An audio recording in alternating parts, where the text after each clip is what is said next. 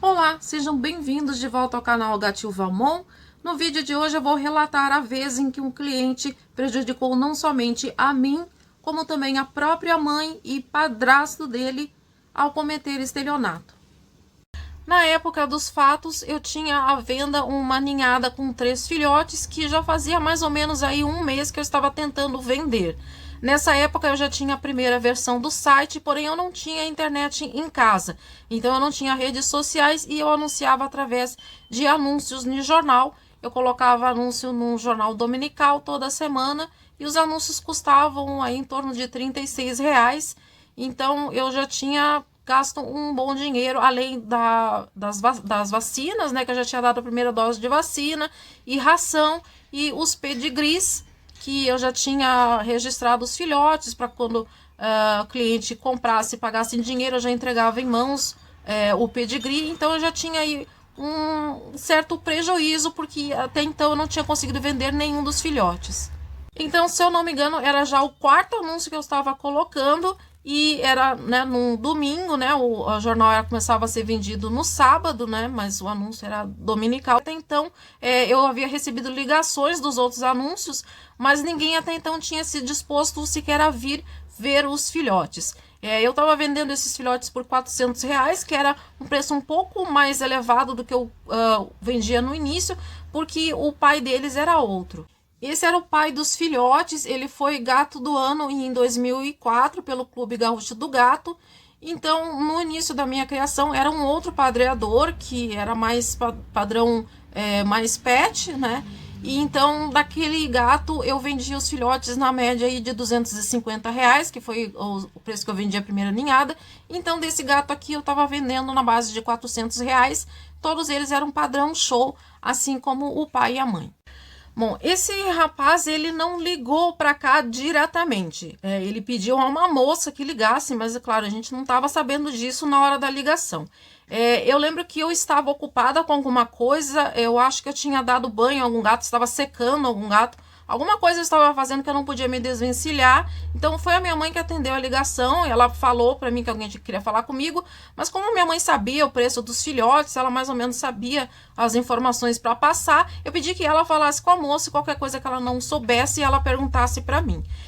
Então a moça falou com a minha mãe e perguntou se podia dar um cheque pré-datado para o feriado da terça-feira, né? E a minha mãe falou isso para mim. Eu falei que não, que o cheque teria que ser para aquele domingo mesmo, né? Que ela ligou, foi no domingo. E aí ela combinou um horário ali. Minha mãe perguntou se estava tudo bem naquele horário. Eu falei que sim.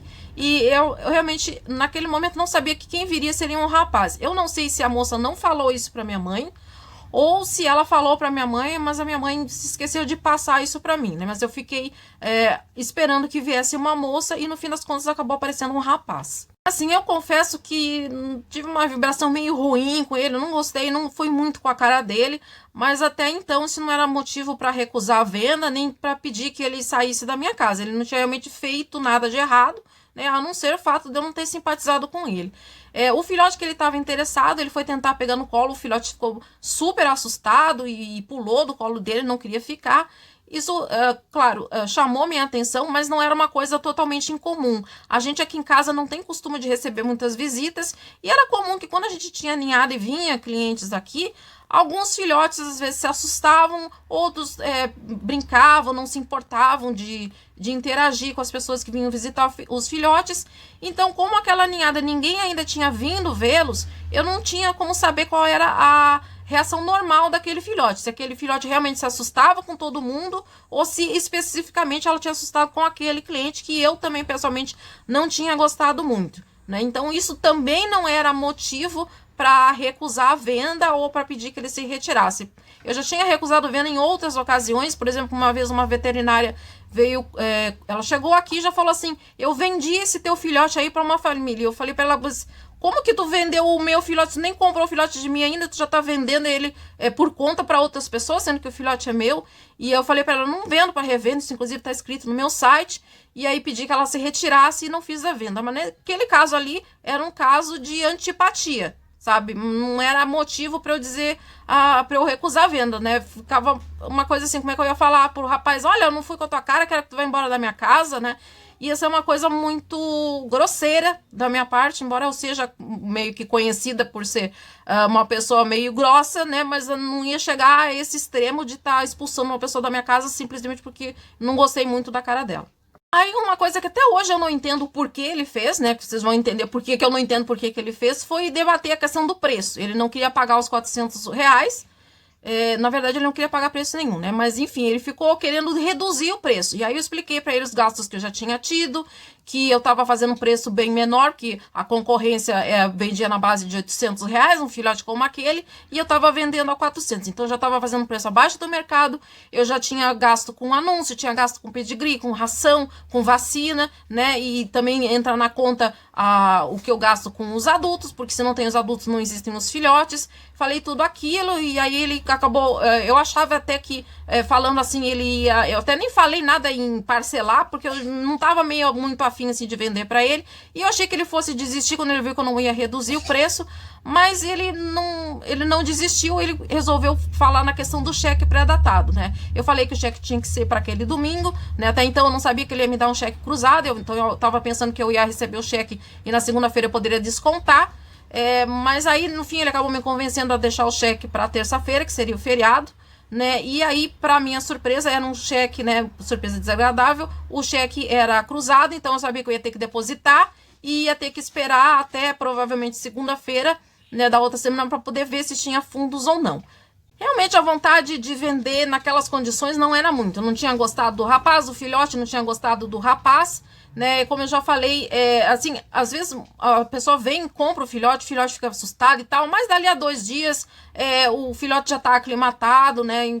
A pessoa fala, não, agora ele tá brincando e tal. Então, de novo, não era motivo para não vender, porque em outras ocasiões eu já vi que o fato do filhote ficar assustado na hora não quer dizer que pro resto da vida não vai se dar bem com a pessoa. Então, naquela situação que eu já estava há um mês tentando vender, não tinha conseguido, naquela época eu vendia sem castrar, né? Então, eu vendia mais cedo e eu sabia que quanto mais velho o filhote, mais difícil vender. Então, eu tinha aquela preocupação também de, se eu recuso a venda, e aí depois eu não consigo vender para mais ninguém, e aí fico com os 3 filhotes encalhados. Então, eu acabei concordando com tudo que ele queria, deixei o cheque para o feriado de terça-feira.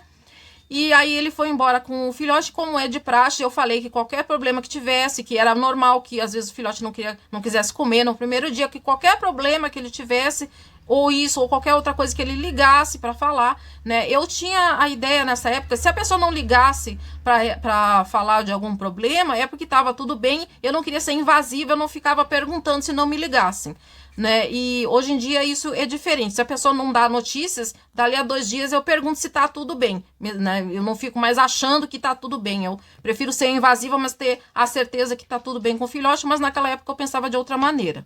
Então, ele me deu 3 números de telefone, o que me passou uma certa confiança, porque é como se ele estivesse dizendo, olha, se tiver qualquer problema com o cheque, né, foi o que ele falou, inclusive, se tiver qualquer problema com o cheque, tem aqui meus 3 telefones para tu ligar. Então, um era fixo e 2 eram celulares, né? Então, deu uma certa, né, além do endereço, que é ali no contrato de compra e venda, todos os dados e tal.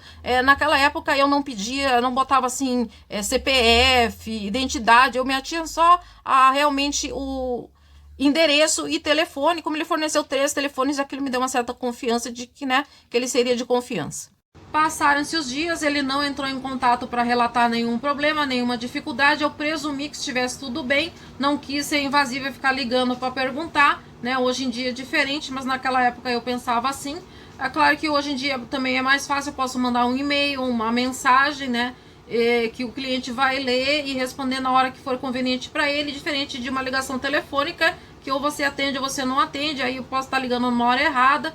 Então, enfim, né, se eu tivesse ligado para saber do filhote, né, coisa que hoje eu me arrependo, né, eu teria desvendado a trama toda muito mais cedo. Na quarta-feira eu fui até o centro da cidade para depositar o cheque, sabendo que demorava alguns dias para compensar. Eu voltei na segunda-feira ao centro da cidade para tirar um extrato, né? Como eu já relatei, né? Eu tinha celular, mas não era um smartphone. O único jeito de eu saber se o cheque tinha fundos não era indo pessoalmente até o banco para tirar um extrato. E perto da minha casa não tinha o banco, então eu tinha que ir até o centro da cidade. Na segunda-feira, então, eu tirei extrato e vi que o cheque tinha sido devolvido. Até aí nada de espantoso, porque já 3 vezes já tinha acontecido isso, mas eu consegui receber o dinheiro depois normal, então consegui resolver o problema. Fui até o segundo andar para pegar o cheque de volta e liguei para os telefones que ele tinha me dado ali dentro do banco mesmo, como era de praxe nesses casos, porque eu não sabia se eu podia depositar de novo o cheque, ou se ele iria me pagar em dinheiro, ou se ele ia dar outro cheque. Então, antes de fazer qualquer coisa, eu precisava falar primeiro com o cliente, então eu fiz isso enquanto eu ainda estava ali no banco. Liguei para o telefone fixo e descobri que era uma clínica geriátrica, e eu falei o nome dele, falaram que ninguém conhecia ninguém com aquele nome ali, que nunca tinha trabalhado ninguém com aquele nome, né? A pessoa que atendeu até perguntou para outras pessoas, então ali já comecei a ficar preocupada. Tentei um dos celulares, só dava fora de área.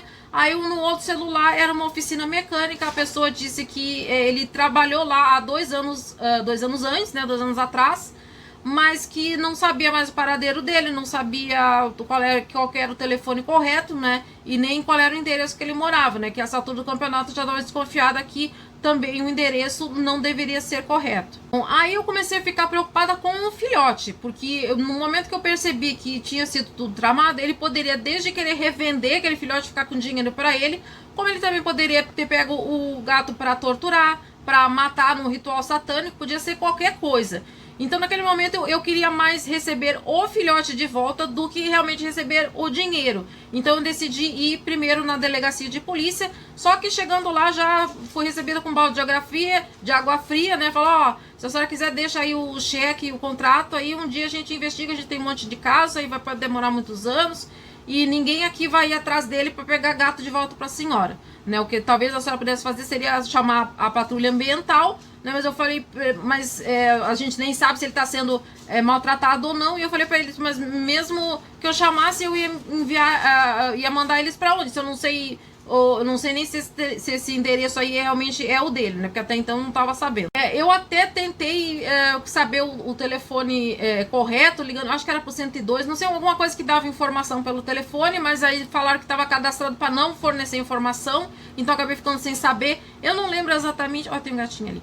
Eu não lembro exatamente quem é que me deu a informação, se foi na polícia, ou se foi no meu banco. Alguém me deu a informação de que se eu levasse o cheque até o banco, né, que era eu não lembro se era o Banco do Brasil ou a Caixa, algum desses, se eu fosse lá na agência de onde era o cheque, eles eram obrigados a me darem o endereço correto dele e o telefone dele. Então, decidi ir ao banco, né, porque eu estava decidida se eu não conseguisse falar com ele, ia até o endereço para ver se eu conseguia achá-lo. Chegando no banco, eles confirmaram o endereço, mas eu falei para eles que eu tinha ligado para algum lugar. Eu não lembro qual era o serviço, que eu fui tentar saber como que chegava naquele endereço. Alguma coisa que dava informação nesse sentido. Não lembro se era para saber qual era o ônibus que passava, alguma coisa assim. E a pessoa, o atendente, me disse que aquele endereço não existia. E eu falei isso no banco. Só, mas eu liguei para não sei onde ali, para saber onde era essa rua, e disseram que esse endereço não existia. E ela falou assim, não, mas aqui no banco a pessoa não consegue fazer uma conta sem um comprovante de residência, então o endereço deve ser esse mesmo. Mas ela me deu um outro número de telefone. Eu pensei, bom, vou tentar aqui, né? Aí liguei para aquele número e quem atendeu foi uma moça, que até hoje eu não sei se foi a moça que ligou para cá aquele dia ou não. Aí eu expliquei o que aconteceu e ela falou que ele não morava mais ali, que eles parece que eram casados ou eram namorados, não sei, eles moravam juntos. Mas eles tinham se separado, ele não morava mais lá. Ela não sabia dizer onde ele estava morando, nem qual era o telefone dele. Mas ela tinha o telefone da mãe dele. Então ela me passou o telefone da mãe dele. E aí foi quando eu falei com quem atendeu, foi o padrasto dele, né? Aí eu expliquei, né, a coisa toda. Falei que eu ia na delegacia da queixa, que eu estava preocupada o que ele estava fazendo com o gatinho. Aí ele me respondeu assim, não, a senhora não se preocupe que o gatinho está aqui com a gente. Ele deu de presente para a mãe dele. Ele apareceu aqui com o gato, ele falou pra gente, né, pra ele, a esposa dele, né, a mãe do rapaz, Ele falou pra gente que ele ganhou esse gato e ele deu de presente pra mãe dele. Eu falei pra ele, não, ele não ganhou esse gato. Eu vendi esse gato pra ele, só que ele me deu um cheque sem fundos. Né? E eu tava aqui preocupada sem saber o que ele tinha feito do gato. Aí ele falou, não, ele tá aqui com a gente tem uma outra gata, né? Aí já era um segundo problema que eu vou... Em seguida eu vou falar sobre isso. Aí expliquei a situação, falei, olha, ou ele me paga, ou vocês me pagam, ou então vocês me devolvem o gato. E aí eu devolvo o cheque, tá? Do jeito que tá, não dá pra ficar. E aí, senão eu vou na delegacia de polícia, vou fazer um boletim de ocorrência. Eu não cheguei a falar que eu já tinha ido, né, que eu tinha desistido, né, diante das respostas que eu tive lá na delegacia. Mas eu falei que eu iria fazer um boletim de ocorrência. Aí ele me falou assim, não, eu só peço que a senhora espere até o final da tarde, porque eu não sei onde ele tá morando, nem o telefone dele. Ele aparece de vez em quando aqui pra visitar a mãe dele, né, a minha esposa, né, a mãe dele. Mas eu não sei aonde que ele tá morando, eu sei que ele tá desempregado, não sei aonde que ele tá ficando. Mas eu vou tentar encontrá-lo em lugares que eu sei que ele frequenta. Aí eu falei, tá, tudo bem, eu vou aguardar, mas se até o final da tarde o senhor não me responder, eu vou na delegacia de polícia, eu vou abrir um boletim de ocorrência, né? E aí, mais tarde, ele ligou, né? Eu voltei pra casa, né? Acho que era umas 4 horas quando ele me ligou. A hora que eu fui no banco era mais ou menos depois do meio-dia, né? Aí 4 horas ele me ligou, falou, olha, encontrei com ele e tal, ele confessou a coisa toda, né? Falei que a senhora tinha me ligado, ele confessou tudo. E assim, ele não tem realmente os R$ 400 para lhe pagar. A gente gostou muito do gatinho, né? Ele já tá acostumado aqui com a gente aqui em casa, ele brinca com a nossa gata. E a gente queria muito ficar com o gatinho. Até aí tudo bem. Só que ele falou assim, só que a gente também não tem os R$ 400 para pagar pra senhora. O que a gente pode fazer é fazer parcela. Eu falei, não tem problema. Eu parcelo, posso parcelar em 4 vezes de R$ 100.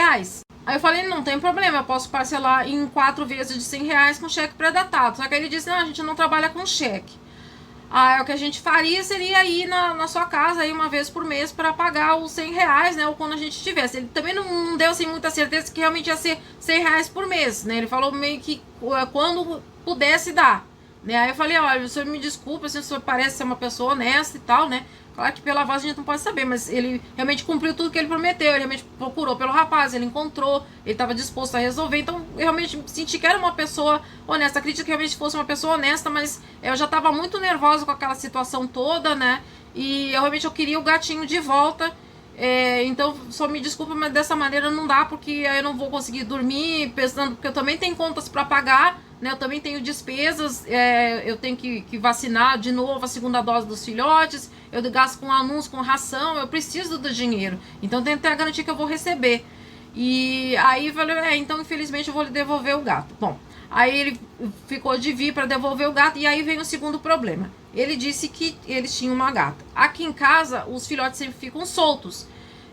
Só que aqui eles têm acesso a um pátio, só que é tudo telado, tem em cima. Tem uma tela que vai do muro do vizinho até a nossa casa. Então é tudo telado em cima, o portão é telado na frente, para que eles não possam sair desse ambiente e que para nenhum gato de fora possa entrar aqui dentro, para não ter contaminação de nenhuma doença. E aí aquele filhote tinha tido contato com uma gata estranha, que eu não sabia se era vacinada, não sabia se tinha alguma doença, então eu não poderia colocá-lo de volta com os irmãozinhos. E eu também não queria deixar ele preso, porque era um gato que já estava com 3 meses de idade, estava acostumado a ficar solto, né? Como é que eu ia explicar para ele que ele tinha que ficar preso? Então eu entrei em contato com a veterinária que cuidava dos meus gatos na época, que já outros filhotes que eu não tinha conseguido vender, ela tinha doado para clientes dela, né, e tal. Então ela tinha feito essa ponte. E eu, quando eu dou, realmente eu dou, tá? Eu não faço que nem os criadores que eu já falei num vídeo aqui, acho que chama desonestidade entre criadores de raça, uma coisa assim, o título, né, que tem criadores que falam assim, estou doando esse gato por R$ 1.000. Se tu tá cobrando R$ 1.000, tu não tá doando, né, filho? Seja honesto, né, tu tá vendendo. Né, porque quando a gente doa, a gente não pode cobrar nada, né? Eu realmente não cobro nenhum centavo. Então eu falei pra elas, olha, eu tô com pena de... Eu não posso deixar esse gatinho junto com os outros, né? Porque eu não sei se ele tá contaminado com uma doença. E eu fico com pena de deixar ele preso, porque ele tá acostumado a ficar solto. Aí ela falou, não, eu tenho 2 clientes aqui que eu acho que uma delas vai querer, né? Até amanhã eu consigo doar esse gatinho pra te trazer ele pra cá, porque é pra não ficar aí e tal, né? Então, aí quando o padrasto trouxe, né? Aí eu vendi todos os gatos no quarto, né? Deixei todo mundo trancado para não ter contato com aquele gatinho. Aí deixei ele um potinho com água e ração. Ele, assim, ele tava faminto. Na hora que o padrasto abriu a caixinha, ele foi direto na ração, tava com muita fome, assim. Não sei se estavam dando menos comida para ele lá, mas sei que ele tava realmente faminto. Aí ele me devolveu o contrato de compra e venda e a carteirinha de vacinação. E eu vi que eles não tinham dado a segunda dose, porque naquele intervalo de tempo ali do cheque, que eu fiquei esperando para compensar, tinha que ter sido dado uma segunda dose de vacina, acho que na quarta ou na quinta-feira, e eles não deram. Então estou imaginando aqui que provavelmente a gata que eles têm também não tinha sido vacinada, né? E aí então recebi o gatinho, ele foi embora, ficou todo mundo sentindo, até esse senhor, ele falou, minha esposa, ela tem depressão, ela toma medicamentos e tal, assim, até fiquei com pena, mas assim, aí vocês podem me perguntar, e por que não doou, já que ia doar o gatinho, não doou pra eles? Porque primeiro era muito desaforo. Depois de tudo que o rapaz fez, ele ganhar, sabe? Ele sair vitorioso, ele cometer um crime, fazer todo mundo passar mal, a mãe dele passou mal. Né? A mãe dele tomava medicamento, ficou nervosa, porque eu falei que eu ia na polícia dar queixa do filho dela, então a mãe dele ficou nervosa, o padrasto ficou nervosa, eu fiquei nervosa, o filhote ficou nervoso, né? Ficar andando de mão em mão aí, então ele fez mal para todo mundo, eu não podia dar essa vitória para ele, mesmo que deixando ali aquela senhora triste, né? Mas eu pensei também no filhote, né? Eu não queria ele convivendo com aquele rapaz ali que obviamente não tinha um bom caráter. Né? Então eu preferi doar para outra pessoa, porque eu confio que essa veterinária realmente sempre encontrava boas pessoas para doar o filhote, né? E eles não tinham nem vacinado o filhote, pelo visto não estavam alimentando tão bem porque ele estava morrendo de fome, então eu acho que realmente eu acabei tomando a melhor decisão. Então depois que esse senhor foi embora, eu deixei o gatinho terminar de comer a ração ali, me despedi dele, a minha mãe se despediu dele também e chamei um táxi para levar para a veterinária para ele ficar lá até que ele pudesse ser doado. Aí no dia seguinte ela me ligou e falou, não, já consegui doar, né? Eu não, eu poderia ter deixado para levar ele de manhã, mas igual ele ia ter que, ou ele ia ter que ficar preso, ou os outros gatos iam ter que ficar presos no quarto, e aí toda vez que eu abrisse a porta do quarto, um ia fugir para cá, ia ser aquela correria para não ter contato com o gatinho, então igual ele ia ter que ficar preso, e se eu deixasse ele aqui, ele poderia, sei lá, espirrar e passar algum vírus para alguém. Então eu achei que realmente seria melhor que ele passasse então a noite lá com a veterinária. E aí no dia seguinte ela me ligou, disse que já tinha conseguido fazer a doação, né? Isso já faz muitos anos, eu não sei se o gatinho ainda tá vivo até hoje, mas como era uma cliente da veterinária, eu tenho a confiança de que ela com certeza escolheu uma pessoa que fosse cuidar bem dele. Mas é lógico que no fim dessa história toda, quem mais sofreu foi o filhote, porque ele andou de mão em mão, né? Ele tava feliz aqui, aí foi com um rapaz que ele não gostava, aí foi entregue para uma outra família com uma outra gata estranha, aí trazem ele de volta para cá, ele acha que ele vai voltar a viver aqui, e aí eu pego um táxi e levo ele para veterinária, e a veterinária entrega para outra pessoa. Então imagina o nível de estresse desse filhote. Isso de tudo na história é o que me deixa com mais raiva, o que esse filhote passou por causa de uma porcaria de um estelionatário que deu um cheque sem fundo, com telefone falso, o endereço que ele não vivia mais lá, né? Tudo de caso pensado para realmente não pagar pelo gato.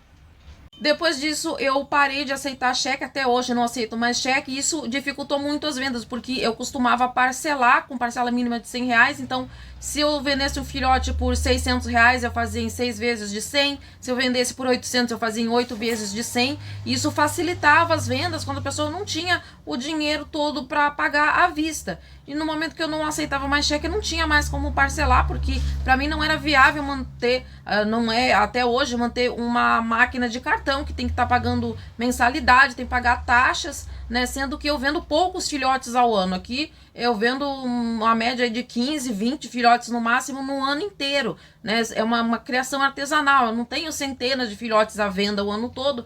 Então realmente complicou muito, já estava difícil de vender os filhotes, eu facilitando do jeito que eu facilitava, fazendo um preço menor do que o preço que normalmente era cobrado no mercado, e ainda assim estava difícil de vender. A partir dali acabou ficando mais difícil ainda.